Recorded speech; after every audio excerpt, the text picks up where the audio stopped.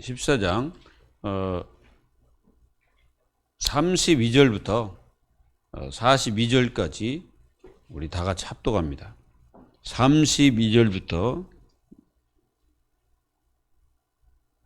42절까지 우리 합독합시다.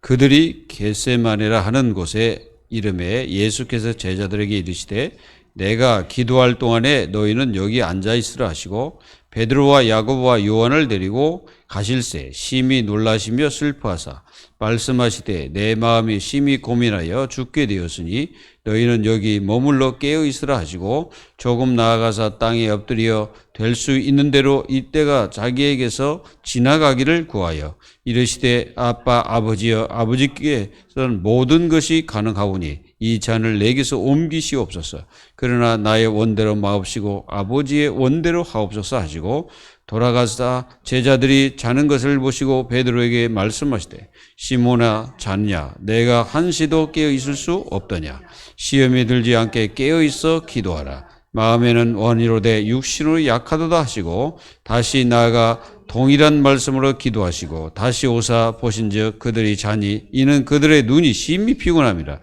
그들이 예수께 무엇으로 대답할 줄을 알지 못하더라.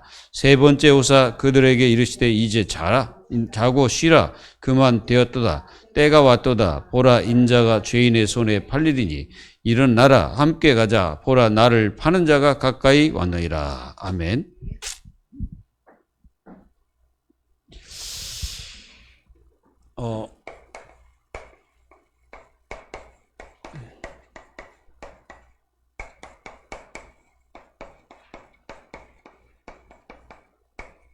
믿음의 근본을 바꾸라고 말씀하셨죠.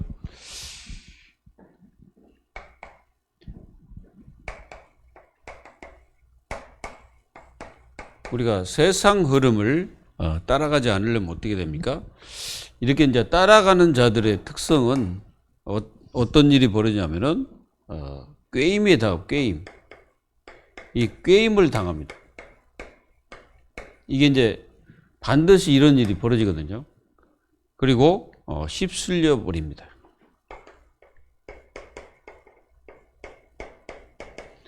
막 휩쓸려 가요. 지금 교회들이 이런 일이 많거든요. 막 휩쓸려 갑니다. 그리고 성경 반대 이론. 그게 성경의 반대 이론에 장악돼 버립니다. 이걸 여러분들이 꼭 마음속에 가지고 우리는 승리해야 되겠죠. 이렇게 안 되려면 어떻게 됩니까? 이렇게 안 하려면, 이렇게 안 되려면은, 여러분들이 분명히 마음속에 가져야 돼요. 뭐가 있어야 됩니까? 믿음의 근본, 여기에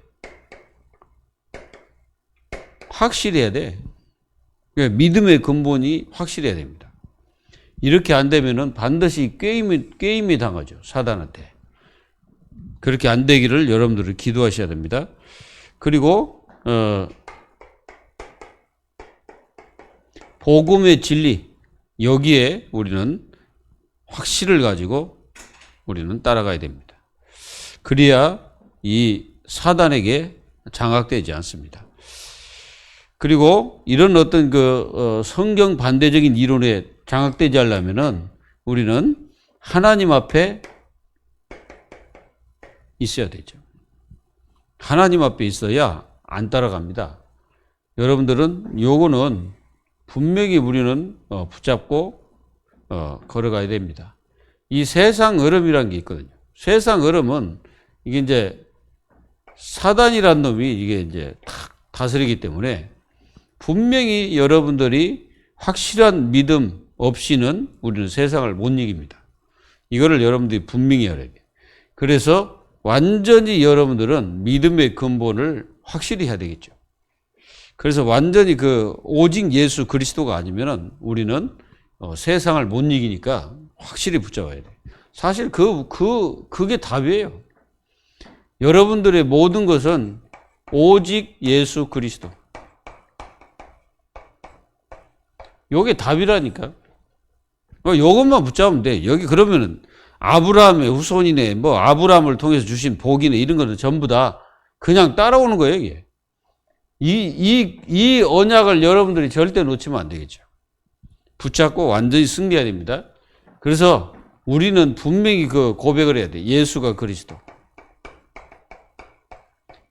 진짜 여러분들 예수가 그리스도 여기에 완전히 결론 내려놓고 우리는 인생을 살아야 됩니다. 더 이상 우리의 답은 없어요. 그래야 지금 현재 눈에 보이지 않지만 분명히 재앙 계속 들이닥치고 있습니다. 저주. 이게 계속 들이닥치고 있어요, 지금. 그리고, 여기에 답 나지 않으면 반드시 교회 무너집니다. 예수님 뭐라고 말씀하셨습니까? 그 헤롯 성전, 사실은 그 스룹바벨 성전을 재건한 건데요. 헤롯이 이제 재건했지, 40년 동안을. 근데 예수님이 그 건물을 쳐다보고 뭐라고 말씀하셨어요? 그냥 하나의 건물로밖에 예수님은. 왜? 거기에 뜰이 없거든. 세 가지 뜰. 세 가지 뜰이 없어요. 그 완전히 그 도둑놈들이 그 모여가지고 있습니다. 그래서 이 도둑놈들이 나중에 모여서 예수님을 죽이려고 했죠. 그러다가 이제 나중에 이제 결국 예수님을 죽이는 그런 비참한 일을 했던 놈들이 누구냐면은 그 헤롯 성전에 있는 대제사장 서기관들이 했다고요. 그게 강도들이잖아요. 그래서 결국은 그 속에서 그 밥을 먹고 살았던 그 자들이 결국은 예수님을 죽인 겁니다. 공모해가지고 죽인 거예요. 그리고 이제 이렇게 되다 보면은 이제 예수님이 뭐가 오십니까? 재림에 오십니다. 예수님이. 그 언제 재림하냐 그거는 몰라. 근데 분명히 성경은 재림한다고 그랬죠. 그래서 예수님께서 내가 올 거니까 이거 하나 해라 했어요. 깨어있으라 그랬거든요. 이 깨어있으란 말은 영적으로 깨어있어야 돼요. 그러니까 깨어있는 그 증거가 뭐냐면 내가 여기 있어야 된단 말이에요. 이해가 되십니까? 내가 여기 요 안에, 그러니까 요 안에 내가 있어야 된다. 요 안에 내가 없이 딴 데 있게 되면은 어떻게 됩니까? 이제 예수님이 재림할 때 이제 큰 일이 벌어지는 거죠. 그래서 믿음의 근본을 확실해라. 여러분들도 확실하게 하기를 바랍니다. 이거는 변하면 안 돼요. 이거는 영원한 언약이기 때문에 변질돼서도 안 되고 바꿀 수도 없고 그리고 또 우리가 뭐 노력해서 받는 것도 아니에요. 이거는 그냥 하나님께서 말씀하셨기 때문에 믿고 붙잡아야 돼. 이 언약을. 붙잡고 승리하기를 바랍니다. 오늘 보니까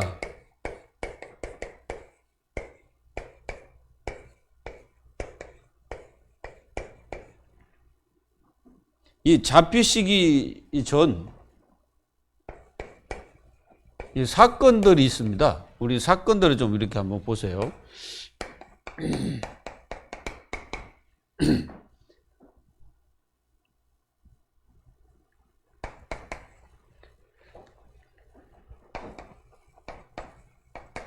그 이제 이 어떤 사건들이 있냐면은 사건을 좀 한번 첫 번째 사건은 그 예수님을 죽이려고 하는 뭡니까? 공모죠, 공모. 그 1절, 2절 보면은 그렇게 나왔습니다. 이틀이 지나면 유월절과 무교절이라 대제사장들과 서기관들이 예수를 흉계로 잡아 죽일 방도를 구하며 이르되 밀란이 날까 하노니 명절에 하지 말자. 이제 이런 식으로 얘기하고. 그러니까 예수님을 이 흉계로 잡아 죽이려고 한다 이거지. 그래가지고 여기 모인 사람들 누구냐면 대제사장. 대제사장이 그거 모였어요. 그 대제사장이 모여가지고 요 집이 어디냐면 안나스의 집입니다. 그러니까 다 그 도둑놈들이죠. 사기꾼들. 그래가지고 여기 모여가지고 흉계를 꾸미는 거예요. 예수님 죽이려고. 사건입니다, 이게. 자, 그렇다면은 지금 예수님은, 분명히, 본인이 어떻게 죽을 것이라는 걸 알고 계시죠. 분명히 말씀하셨으니까. 내가 쟤들에 의해서 잡혀서 죽게 될 것이다. 그리고 뭐라고 내가 다시 살아날 것이다. 이게 말씀하시잖아요. 참, 여기 누가 있냐면 서기관이 있어, 서기관. 이 서기관은 뭐 하는 사람입니까? 서기관들은 글을 쓰는 사람들입니다, 서기. 그래서 이 사람들은 뭔가 기록하는 사람들이에요. 근데 기록하고 있는 이 사람들이 예수님이 어떻게 오실 거라는 건 분명히 성경에 다 기록되어 있는데 실제로 예수님을 오시니까 이 사람들은 예수님을 안 믿은 거예요. 그 실제로 생각해 보면 아세요? 압니다. 그게 비밀이죠. 자, 예수님이 어디 막 이렇게 구름 타고 오셨다. 그러면 이것들은 다 믿겠지. 이 도둑놈들은. 근데 예수님은 그렇게 안 오시고 어떻게 오셨냐면은 마리아의 몸을 통해서 요셉의 아들로 오셨어요. 그때 당시 요셉은 얼마만큼 가난했냐면은 그냥 목수 일이나 이렇게 해가지고 돈을 조금씩 버는 그런 아주 가난한, 진짜 심각하게 가난한 그 집에서 예수님이 오셨거든요. 이 예수님이 내가 메시아다 그러니까 안 믿은 거예요, 이것들이. 믿지를 않아. 무슨 예수님이 그런 데 오냐 이거지. 혹시 예수님이 재림하실 때도 이렇게 오실까요? 내가 바로 심판주 예수다. 이렇게 오시면 사람들이 안 믿을 거 아니야. 근데 예수님이 그렇게 안 오시고 구름 타고 그 권세를 가지고 오신다고 말씀하셨기 때문에 이때하고는 완전히 다를 겁니다. 그럼 이제 그때는 믿어도 소용없어. 뭔 말인지 아시겠어요?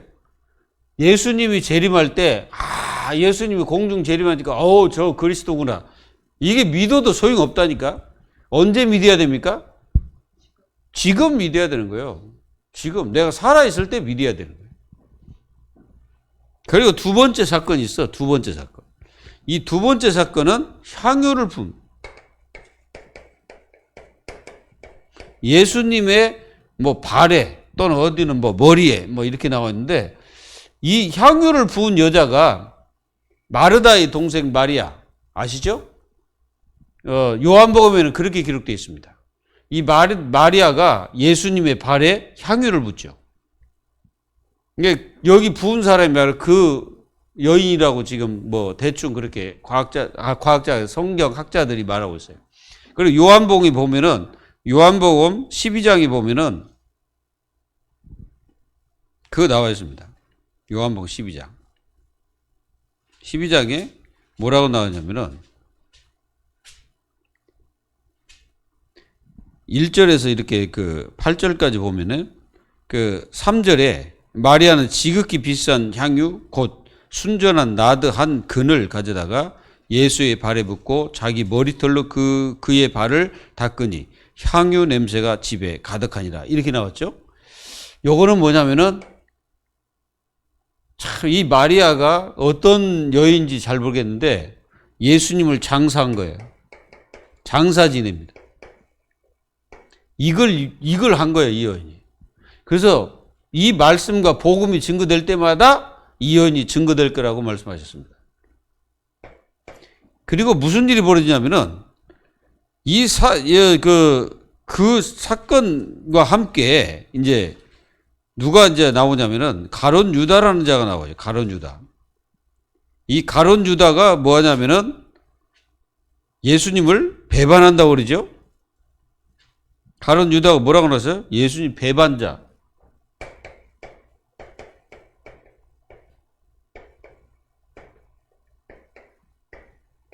이 배반자 가룟 유다는 예수님이 그렇게 말씀하십니다. 차라리 너는 낳지 않음이 좋을 뻔했다. 이 정도까지 말씀하셨고 요한복음에서는 사단이 그 속에 들어가니라. 마귀가 들어가 버린 거예요.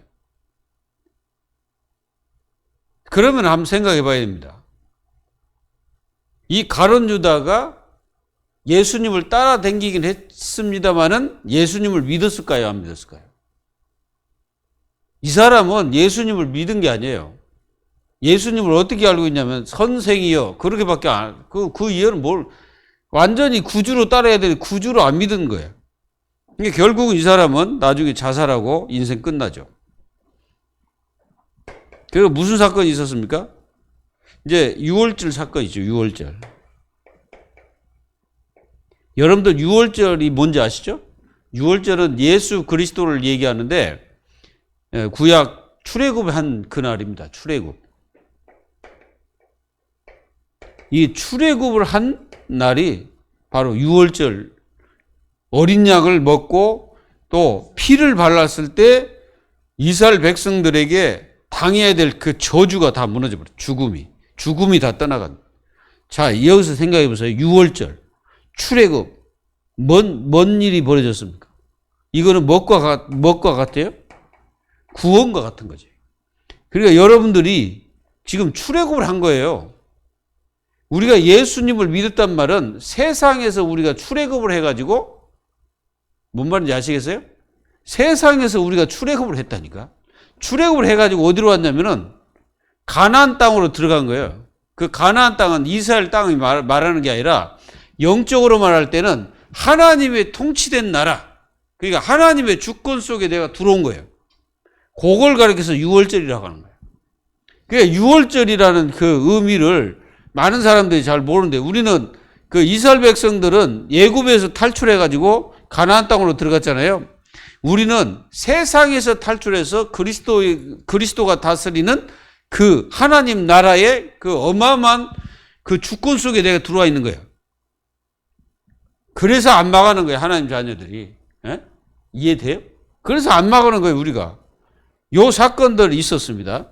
그리고 무슨 사건이 있냐면은 여기 보면은 만찬 하기 전에 예수님께서 이 가룟 유다가 자신을 팔 것을 말씀하십니다. 이렇게 하는데도 이 사람 못 깨달아요. 예수님께 직접 얘기했다니까. 여기 그 17절에서 21절 보면은 예수님이 직접 얘기했다니까. 12 데리고 앉으사 딱 이렇게 말씀하시면서 뭐라 너희 중에 한 사람 곧 나와 함께 먹는 자가 나를 팔리라 하신대. 이제 전부 다 근심하고 납니까? 나는 아닌데 하면서 막 이제 제자들이 난리 난 거죠. 그때에 나와 함께 그릇에 손을 넣는 자가 그니라. 그 누가 넣었어요? 가룟 유다가. 그리고 나서 이 사람은 나가서 예수님을 팔아버리죠. 자, 그리고 나서 만찬을 하십니다. 한마디로 말하면 가룟 유다는 뭘 못했어요? 여기에 참여를 못한 거지.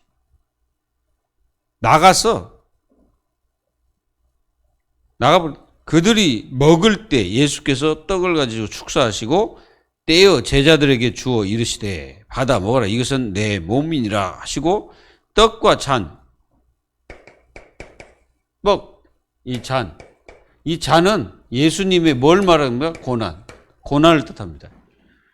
이 떡은 예수님 몸을 얘기잖아요. 몸은 뭐냐면은 예수님 이제 십자가에 죽으셔서 피 흘려야 되잖아요. 이 피 흘리는 게 이게 잔이거든. 근데 이 떡 예수님의 몸 전체를 하나님 앞에 드리는 겁니다. 이게 이제 몸을 드림. 이 드림으로써 뭐가 성립됩니까? 모든 인간의 가지고 있는 영적 저주가 이 예수 그리스도의 몸을 통해서 이제 십자가에 못 박게 되고 그 몸을 하나님 앞에 드림으로써 우리가 하나님을 만나는 그 역사가 일어나는 거예요. 그래서 예수님이 우리를 길을 내신 거죠. 그리고 나서 이 잔을 통해서 예수님의 고난을 겪음으로써 우리가 하나님을 떠나서 영원한 저주를 받아야 되는데 예수님께서 대신 받으셨다. 그래서 우리를 여기서 해방시켜버린 거예요. 그래서 죄에서 해방된 거예요. 그래서 예수님의 뭔가 이 모든 그 것들은 다 뭘 얘기하고 있냐면은 구원을 얘기하고 있는 거예요. 구원. 그러니까 우리가 성만찬 할 때마다 어떻게 해야 됩니까? 이 구원에 감사하고 또 성만찬 할 때마다 예수님께서 나를 위해 십자가 죽으심을 기념하고 그래서 우리가 그리스도를 기념하잖아요. 그 어마어마한 축복이 바로 성만찬 시간입니다. 그거를 예수님께서 미리 제자들에게 말씀하셨죠. 그리고 이제 이게 뭔 일이 벌어지냐면은 베드로를 뭐라고 말씀하시면 이 베드로가 나를 부인할 것이다. 그랬어요.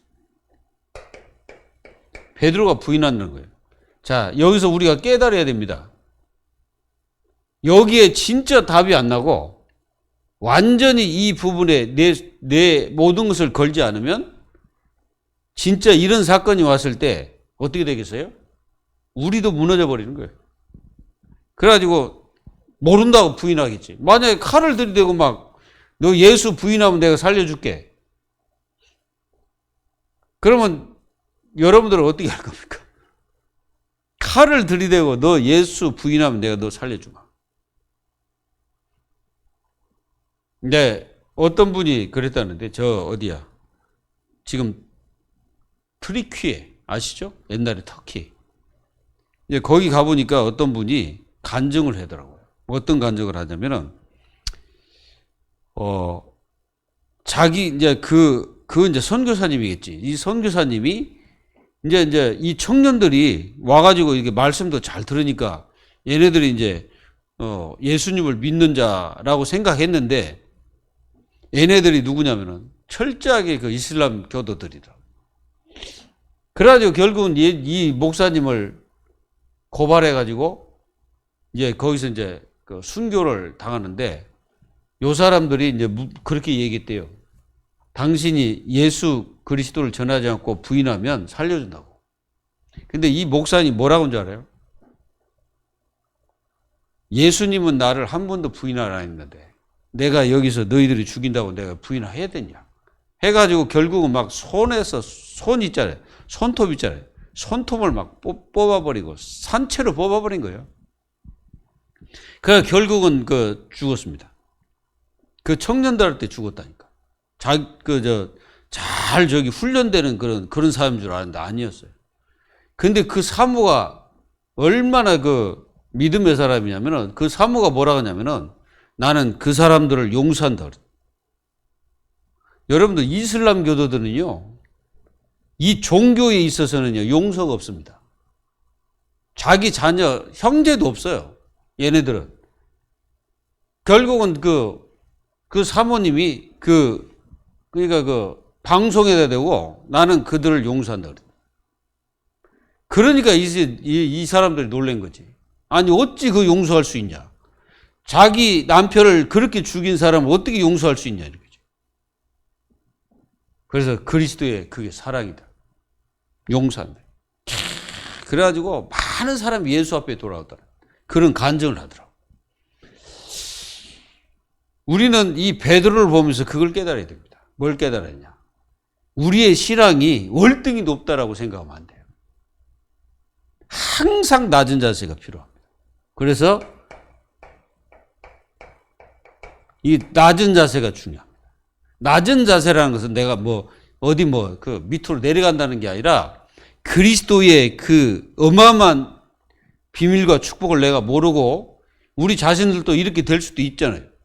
그럴 때 우리가 낮은 자세로 우리가 신앙생활을 해야지 교만하게 막 나는 뭔가 된 것 같아. 막 이런 식으로 했다가는 나중에 이제 쫄딱 망합니다. 그래서 이제 하나님이 깨닫게 하시는 거죠.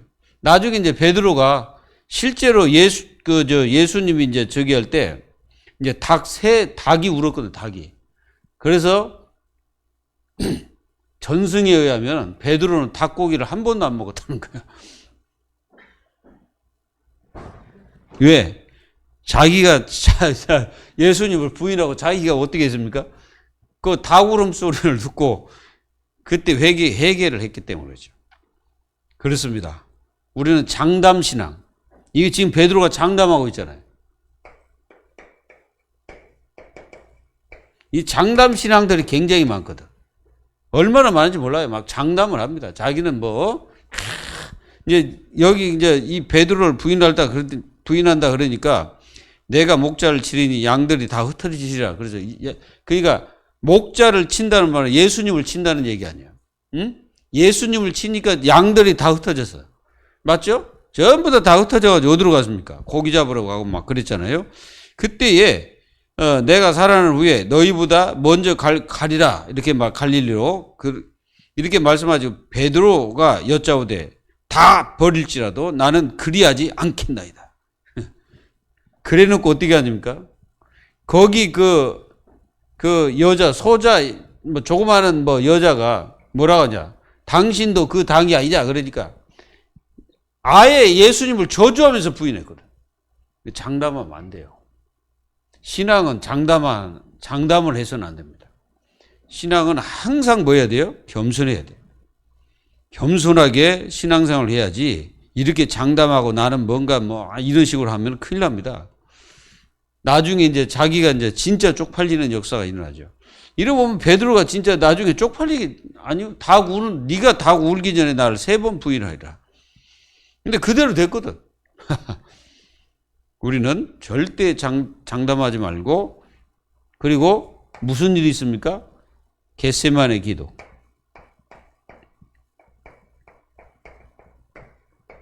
예수님께서 겟세마네 기도. 여기서 3명을 데리고 가죠. 그거 누굽니까? 예수님을 부인할 것이라고 말했던 베드로, 또 요한, 야고보 3명을 데리고 가십니다. 근데 예수님이 가서 기도하고 있으면은 요 제자들은 뭐 하고 있어요? 잠자고 있는 거예요. 예수님은 지금 죽느냐 사느냐, 언제 어떻게 십자가에 그 십자가의 고통을 제발 하나님 나에게서 이게 벗어날 수 있도록 해달라고 기도하고 있는데, 그리고 예수님이 가시면서 뭐래? 야, 너희들은 여기서 나를 위해서 기도해라. 그렇게 얘기했는데 이 제자들은 그 말을 들은 게 아니라 계속 예수님은 기도하고 있는데 와서 보니까 이게 졸고 있거든. 자고 있는 거야, 이게. 기도가 아니야, 자고 있어. 우리도 이렇게 될 수도 있습니다. 그러니까 이제 다른 사람의 고통을 내가 느끼지 못하잖아요. 우리는 여기서 한번 생각해 봐야 됩니다. 다른 사람이 고통받을 때 과연 나도 같이 이게 마음의 고통이 있는가? 요게 요 부분에서 우리가 좀 많이 생각해 봐야 됩니다. 다른 사람 아픔에 우리는 얼마나 그 사람의 아픔을 함께 이게 마음에 같이 느끼냐. 이 시대가 진짜 그렇게 마음에 서로가 이게 상대방의 아픔을 서로가 이게 볼 줄을 몰라. 상대방의 아픔이 뭔지, 저 사람의 고통이 뭔지, 저 사람이 지금 왜 그러는지, 우리는 그 사람에 대해서 헐뜯고 말할 그런 것은 많지만, 실제로 예수님이 실제로 고통당하는 그 기도를 할 때 이 제자들은 뭐 하고 있습니까? 전혀 못 느끼잖아. 그러니까 예수님이 지금 생사를 걸고 기도하고 계시는데 이 제자들은 전혀 예수님의 그 고통을 느끼지 못하는 거죠. 우리는 이런 부분에서 좀 하나님 자녀들이 좀 이렇게 마음에 다 가지고 상대방을 이렇게 좀 볼 줄 아는 그런 부분들이 좀 필요합니다. 다른 사람 아픔도 이렇게 볼 수도 있고, 다른 사람의 어려움이 무엇인지도 이렇게 볼 수도 있고, 그런 순간들이 좀 필요하다. 이게 필요합니다, 우리가. 그래야 전도도 하죠. 그래서 여러분들은 이거 되지 마세요. 실패 인생 되지 마라. 오늘 말씀을 통해서 여러분들 좀 깨달아야 됩니다. 대제사장 서기관. 이 사람들이 누굽니까? 지도자 아닙니까? 지도자. 이 사람들은 완전히 실패 인생이에요. 아닙니까? 완전 실패 인생이에요. 대제사장이면 뭐합니까? 서기관이면 뭐해? 성경을 백날 필사해봤자 뭡니까? 아니, 성경을 천도 한들 뭐 하겠어요? 실제적인 예수님 그 말씀 하나 적지 못하는데. 맞아요. 예수님께서 오셔가지고 이 서기관들을 통해서 성경을 기록해서 신약을? 아니잖아요. 그 사람들은 아무리 자기들이 구약에 어쩌고저쩌고 그걸 갖다 필사해가지고 남긴다 해도 예수님께서 오셔가지고 말씀하신 거 한자도 안 적었어요, 이 사람들은. 적었어요? 안 적었어. 뭐 했습니까? 예수님 어떻게 죽일 거? 요것만 하다가 완전 실패한 사람. 여러분들은 이렇게 되기를 바랍니다. 이렇게 되지 않기를 바랍니다. 또 우리는 가룟 유다를 보세요. 이 사람은 누굽니까? 사도의 반열에 들어온 사람이요. 그런데 사도의 반열에 들어왔다가 예수님을 팔아버렸어. 배신자가 된 거예요. 이렇게 실패하면 안 된다 이거죠. 성도들 실컷 예수 믿고 세상 떠날 때는 예수님 부인하고 죽는다. 말이 돼요? 그 비참한 거지 그게. 실컷 뭐 교회 생활하고 믿음 생활 했다고 자부했던 사람이 죽을 때에 이렇게 생각해봐. 사단이 나를 데리고 왔다. 이렇게 생각해 보세요. 만약에 마귀가 나를 데려오면 두렵다. 너무너무 이게 입이 열려갖고 얘기한다고 생각해 봐요. 이게 그게 뭡니까 그게? 그거 바로 가룟 유다와 똑같은 거지. 명예욕, 권력욕, 여기에 사로잡히면 안 됩니다. 여기에 사로잡히면요 완전 실패합니다. 그리고 돈을 돈줄. 이 돈줄을 붙잡은 가룟 유다. 가룟 유다가 돈줄을 붙잡았잖아요. 그리스도를 붙잡아야 되는데 돈줄을 붙잡았어. 그러니까 완전 실패지. 하나님 자녀가 그리스도 안 붙잡고 돈줄 붙잡고 따라가면 어떻게 되겠습니까? 그것 때문에 망해버리는 거예요. 하나님 자녀는. 그리고 아까 말씀한 것처럼 장담을 잘하는 사람 이거 안 돼요. 이런 것들은 전부 다 실패합니다. 그리고 우리는 반드시 승리하는 신앙인.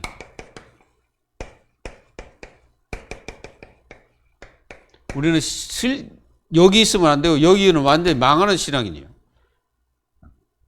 완전히 승리하는 신앙인은 어떤 신앙인입니까?